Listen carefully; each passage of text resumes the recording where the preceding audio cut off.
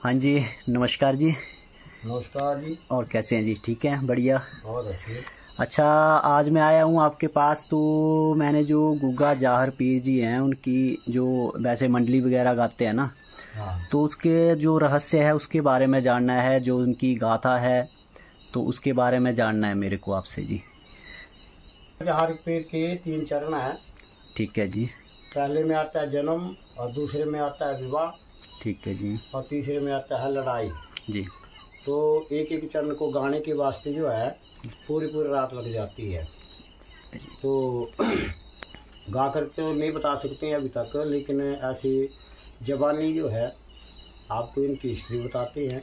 नहीं, थोड़ा थोड़ा सा जो आपने 1-2 लाइन जो है वो हमें गा के भी सुनानी है, चलो बीच बीच में बोल देंगे। क्योंकि जो मेरे फैंस हैं उनकी थोड़ी सी रिक्वायरमेंट है कि हमने गा के भी सुनना है और ऐसे भी सुननी है गाथा, तो आपसे रिक्वेस्ट ही है। चलो कोई बात नहीं, वो बता देंगे थोड़ा थोड़ा जी। तो। ये बड़े पहले की बात है। माता जो बाछल थी और राजा जीवर,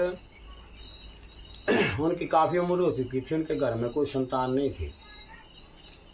तो एक बार क्या हुआ कि वो घर से निकली, माता बाछल जो घर से निकलती है तो रास्ते में कोई छोटी जाति की औरत जो है उसको मिल जाती है। तो उस औरत ने उसको ताना मारा कि एक नपुती जो है सामने मिल गई, आज मेरा काम नहीं बनेगा। उसको माता बाछल को बड़ा झटका लगा इस बात का, और वो अपने घर में आ गई।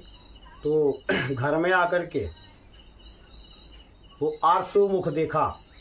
उसने अपने शीशे के बीच में मुख देखा तो क्या देखती है कि जो काले बाल है वो सफ़ेद हो चुके हैं। तो राजा जेवर से वो बात करती है कि महाराजा, हमारी अवस्था जो है वो बड़ी बूढ़ी हो चुकी है और हमारा वंश जो है वो आगे तक नहीं चल सकता है। अब राजा जीवन ने माता बाछल से कहा कि रानी बाछल, आपने जितनी भी तपस्या की हुई है ना, तो वो अपने पति की आज्ञा के बगैर की हुई है। जब तक पति आज्ञा नहीं देता है तब तक वो कार्य संपूर्ण नहीं होता है, चाहे मंदिर में जाना चाहे कहीं भी जाना। तो बोले, मेरे को पूछे बगैर आपने जो भी तपस्या की हुई है वो निष्फल है। लेकिन आजकल मैंने सुना है कि गुरु गोरखनाथ जी हैं जो सबकी मनोकामना पूर्ण करते हैं। तो बोले, ऐसा करो कि गुरु गोरखनाथ की भक्ति शुरू करो। तो अब माता बाछल जो है गुरु गोरखनाथ जी की तपस्या प्रारंभ कर देती है। तकरीबन 11.5 साल वर्ष तक उसने तपस्या की। अब तपस्या करने के बाद माता बाछल को ये ज्ञान हुआ कि इतने साल हो गए अभी तक गुरुओं के दर्शन नहीं हुए मेरे को। तो माई बाछल क्या करती है कि अपने कुल पुरोहित को बुलाती है और अपने कुल पुरोहित से कहती है कि पंडित जी, आपने 12 इतने सालों तक का हमारा जो है राशन पानी खाया हुआ है, तो एक थोड़ा सा काम है वो आपसे करवाना है। तो पंडित कहता है कि माता बोलिए क्या काम है। तो कहते हैं, माता कहती है कि गुरु गोरखनाथ जी को ढूंढ के लाना है। तो पंडित कहता है कि माता, बहता पानी और चलते गुरु जो है उनका कोई रास्ता नहीं होता, कोई घर नहीं होता है, कहाँ ढूंढूंगा मैं उसको जाकर के। माता बाछल ने एक ताना मारा कि 12 वर्षों तक हमारी शासन पटियां खाई हुई है आपने, आपको ही काम करना पड़ेगा। एक ताना मार दिया। तो माता कुछ कहने के ऊपर जो पंडित जो है वो क्रोधित हो जाते हैं। क्रोधित क्या होते हैं कि अंका हाथ तोड़ने के वास्ते। पंडित ने कहा कि माता, अगर तेरे में इतना सतबल है तो एक ऐसा पान कठोलू बना जिसके बीच में मुझको बैठा और मैं गुरुओं के पास पहुंच जाऊं। तो माता बाछल ने फिर एक ऐसा पान कठोलू बनाया जिसके बीच में पंडित बैठा और चला गया। और कजली वन के बीच में पहुंच गया जा करके। अच्छा गुरुजी, अब मैं आपकी बात को थोड़ा सा काट रहा हूँ बीच में, थोड़ा सा अब आप जो है गा के भी सुनाए हमें तो बीच में। अब देखो ऐसा हुआ कि कजली वन के बीच में जब पंडित पहुंच गया आकर के ना, तो गुरु गोरखनाथ जी तो अपनी तपस्या के बीच में बैठे हुए हैं। 12 साल की तपस्या के लिए 9 लाख जितना भी चेला था वो सब तपस्या के बीच में बैठे हुए थे। और उनके जो मेन शिष्य थे कान्ही जी, उनको आदेश लगा हुआ था कि जब तक हमारे 12 वर्ष पूर्ण नहीं होंगे तब तक हमारी तपस्या को भंग नहीं किया जाए। जितने भी सिंगीनाथ थे वो सब वृक्षों से लटकाए गए थे। और गुरु गोरखनाथ और जितने भी सारे ऋषि मुनि थे वो सब तपस्या के बीच में बैठे हुए थे। तो इतनी देर में क्या हुआ कि पंडित जी वो उस विमान में बैठ कर के, उस पान कठोलू में बैठ कर के उस कजली वन के बीच में पहुंच जाते हैं। तो उस पान कठोलू की हवा से जितने भी सिंगीनाद हैं वो सब बज जाते हैं। उनके बजने की ध्वनि से जो उनकी तपस्या है वो भंग हो जाती है। गुरु गोरखनाथ जागृत हो जाते हैं और अपने शिष्य को पूछते हैं कि हमारे 12 वर्ष पूर्ण हो चुके हैं। तो वो मना करते हैं कि महाराज अभी तक 12 वर्ष पूर्ण नहीं हुए हैं। तो गुरु गोरखनाथ कहते हैं कि हमारी शंख ध्वनि कैसे जागृत हुई। तो कान्ही चेला कहता है कि महाराज मारवाड़ देश से एक ब्राह्मण आया हुआ है, वो पान कठोल में बैठ करके आया हुआ है, उसकी हवा से जो है हमारे सिंगीनाथ जो है बच चुके हैं। अब एक पुरानी कहावत आती है कि ब्राह्मण जो हैं वो खाने पीने के लोभी होते हैं। पता नहीं किस बात के लिए बोला गया है, लेकिन वही बात गुरुजी ने कही कि महाराज ऐसा करो, खाने पीने के खीर खंड के भोजन के लोभी होते हैं ब्राह्मण। तो बोले ऐसा करो, उनको खीर खंड के भोजन दो और दक्षिणा दे दो उनको 4 लाख। अब और उनको ऐसा आदेश दो कि महाराज जहाँ से आए हुए हैं वहीं को चले जाओ आप। तो कान्ही चेला जो है खीर खंड के भोजन लेकर के जाते हैं और 4 लाल डाल देते हैं। गुरु इसके पंडित जी के पास पहुंच जाते हैं। पंडित जी को वो दक्षिणा देते हैं, लेकिन पंडित क्या कहता है कि महाराज ये खीर खंड के भूखे नहीं आओ, खीर खंड के भूखे नहीं है और ना लेनी हमने दक्षिणा 4 लाख। मैं तो गुरुओं के दर्शन के वास्ते आया हूँ। तो कान्ही चेला कहता है कि देखो पंडित जी, मैं अपने गुरु का सर्वश्रेष्ठ चेला हूँ, अभी तक मेरे को पूर्ण दर्शन नहीं हुए हैं और आप अभी आए हुए हैं और आप कह रहे हैं कि मैंने गुरुओं के दर्शन करने हैं। तो बोलिया ये कभी भी नहीं हो सकता है। कहते हैं कि महाराज इस जन्म की तो बात क्या है, अगर आप 10 जन्म में दे लेंगे तब भी आपको गुरुओं के दर्शन नहीं हो। अब पंडित जी थे वो हटके पूरे थे। पंडित जी ने कहा कि महाराज मैं भी पंडित हटका पूरा हूँ, माता बाछड़ ने मेरे को भेजा हुआ है और मैं उनके दर्शन करके ही जाऊंगा। तो उसने क्या कहा कि महाराज मैं चंदन कटाऊं और चिखा चढ़ाऊं, जल के मर जाऊं गुरुओं के पास। बोले मैंने चंदन की चिखा बना देनी है अपनी और उसके ऊपर बैठ करके अपने आप को जला देना है और मैंने आपको 7 कुलों की हत्या लगा देनी है। पहले कहते थे कि ब्राह्मण हत्या, बिल्ली हत्या और गौ हत्या ये बड़ी खतरनाक होती थी, लेकिन आज कलयुग जो है इतना प्रबल हो चुका है कि बोले इस बात की कोई कदर ही नहीं है। जब इतनी बात गुरुओं ने कही उन्होंने, तो जो कान्ही चेला था वो डर गया। अब कान्ही चेला अपने गुरु के पास चला गया, गुरु गोरखनाथ जी के पास चला गया कि महाराज वो ब्राह्मण जो आया हुआ है वो ऐसी ऐसी धमकी दे रहा है। तो अब गुरुओं को उनके समक्ष आना पड़ा। तो गुरुओं ने क्या काम किया, एक बड़ा भयंकर रूप बनाया अपना। गाने के बीच में आता है कि मना मना रे दिल बदली बामण गीत्या डराई। ऐसा विकराल रूप बना लिया जिससे वो ब्राह्मण जो है मूर्छिता को प्राप्त हो मूर्छित हो गया। फिर से चसी झोपड़ी ने फिर से खड़ा किया, खड़ा किया उसको। अब गुरुओं ने कहा कि ब्राह्मण तू ऐसा कर, तू अपने मारवाड़ देश में चला जा और हम आते हैं।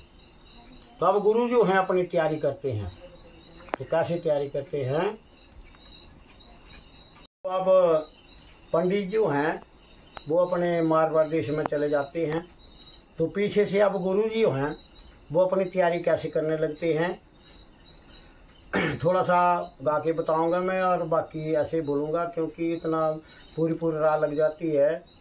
तो ओ आए हो कामाले करदा खेल के आओ भाया देना से माना लाजो आए काए दाओ कोई खेला का दुरा दाओ काए दे लगा दे तागे भाई वाटा नारा में ना खेला का दुरा दाओ भाई नारा में तागे भाई अठाओ माने दा खेला का दुरा दाओ ना माना लगा दे तागे भाई सारे शरादियाँ सुइयाँ ले बगा दियो नारा में दागे भाई खिला का दास शिव समाया उतरिया दुरा में आगे भाई खिला के पनियो गोरे उठी वे खाड़ो तावो कराते जोशी सनावावे भाई खिल के पनियो गोरू उठी वे खाड़ो तावो को मारा पांडे चोड़े ओ भाई खिला के पनियो गोरू उठी वे खाड़ो तावो नजारा देंदा ऊंचा फेरे आए ओ कमाले करदा खेल के आओ पाया चकलायो मर बयाना। 3 गुरु गोरखनाथ सिंह ने अपनी तैयारी कर ली। एक खिलका बनाया, चोला बनाया अपने लिए। तो काए दाओ खिलका गुरां दा काज लगदे धागे, बट नरमे दा खिलका गुरां दा बह नरमे धागे, कौआ मना दा खिलका गुरां दा कौमन लगदे धागे, बोले अठा मना दा खिलका गुरां दा नौमन लगदे धागे, सारे शहर हरियां सुनियां वगियां बह नरमे धागे, खिलका था शीश माया धरिया गुरां दे अगे। गुरु गोरखनाथ ने अगे तैयार करके दे दिया। अब गुरु गोरखनाथ ने जब वो चोला पहना तो बड़ी खुशी हुए। कुमर पांदे चोले गोला घूमे। गुरु अपने करते को शीश नवाया। अब नजर देंदे चफेरे, जब 4 चफेरे नजर देते हैं तो 9 लाख चेहरे जो हैं वो सामने दिखाई देते हैं। सबको आदेश दे दिया कि चलो भाई ये अपना धोना सथरा उठाओ यहाँ से, अब हमने जाना है।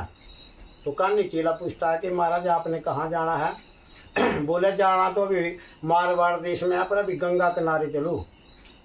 मजले मजले चले मेरे गुरु। अब गंगा किनारे आए। जब गंगा के किनारे आ गए तो गंगा जो थी वो फान में थी पूरी। गुरुओं ने क्या काम किया? 9 लाख धूना लगाया, मेरे गुरुओं बैठे धूनियाँ लाई। 9 लाख आसन लगाया, मेरे गुरुओं बैठे आसन लगाई। अब गुरु गोरखनाथ खड़े हुए, बोले हमने तो पार टपना है, जाना है। तो गुरु गोरखनाथ ने माता गंगा के सामने फरियाद की। माता बोले अहाँ जो पार जाने दे। माता गंगा प्रकट हुई। माता गंगा पूछने लगी कौन गुरु तू किसी का चेला, क्या तेरा नाम? गुरु गोरखनाथ ने जवाब दिया, बोले अलख गुरु मैं शिवा का चेला, गोरखा है मेरा नाम। तो माता गंगा कहने लगी जे तू कहिए गोरख चेला तो भोजन खा के जाना।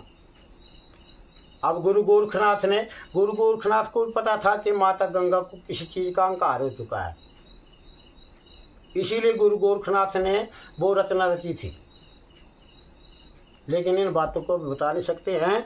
तो अब जब माता ने कहा कि गंगा माता ने कहा कि अगर तू कहिए बोले शिवा का चेहरा तो भोजन खा के जाना। तो अब गुरु गोरखनाथ ने कहा कि बोलिया तेरा भोजन कभी नहीं खाऊं, तू पर मुर्दियाँ खावे, तू बोलिया हड्ड खानी है, तेरे अंदर मृत जीव भी पड़ते हैं, सब कुछ होता है, बोलिया मैं तेरा भोजन नहीं कर सकता हूँ। और इतना कहने के बाद जो है माता गंगा क्रोधित हो जाती है। जितना भी टूना सथरा 9 लाख टूना सथरा लगा हुआ था गुरु गोरखनाथ जी का, वो सब उसने बहा दिया। अच्छा। अब गुरु गोरखनाथ को भी फिर वो गुस्सा आया।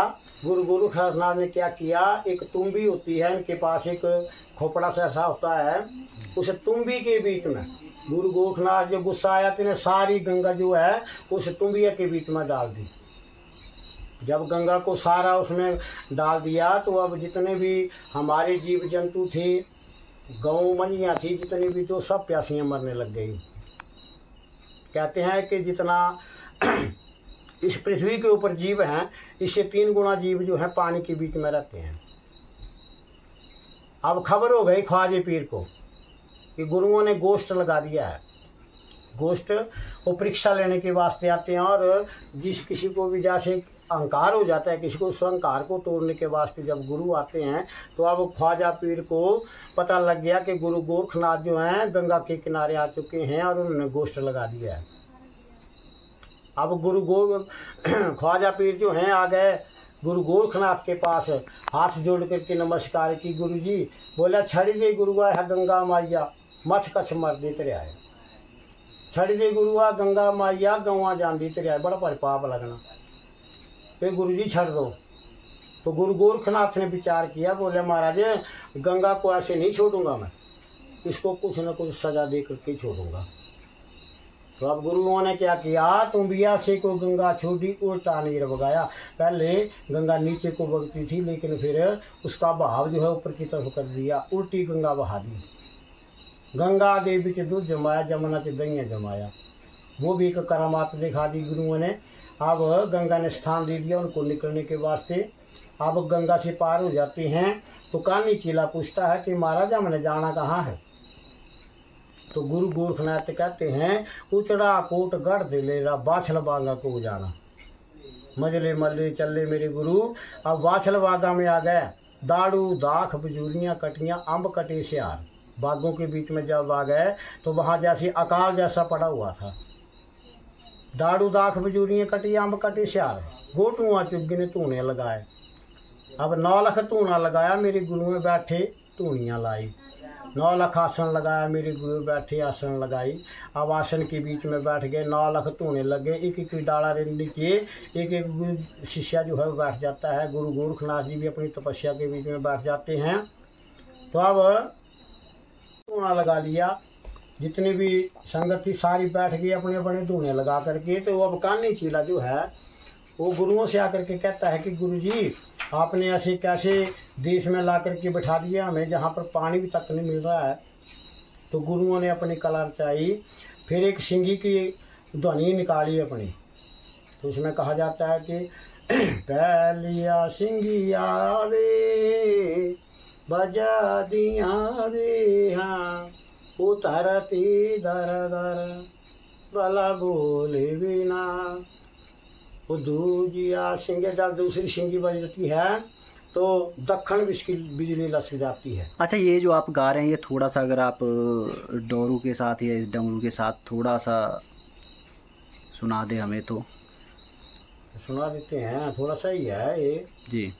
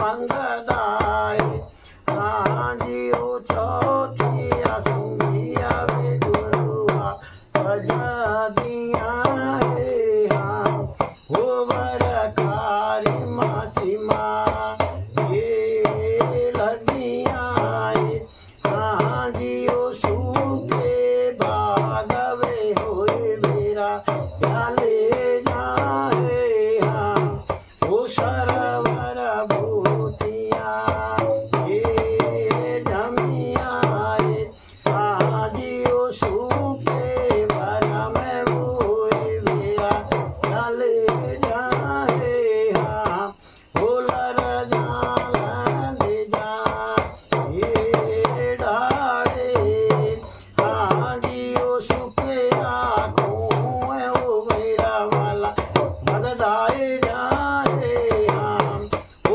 हरी अटनाला चू लांदे हाँ जी ओ सुखी है बड़ी है वो नीरमला बगदाए जाए हाँ ओ ठांडे नीरमला।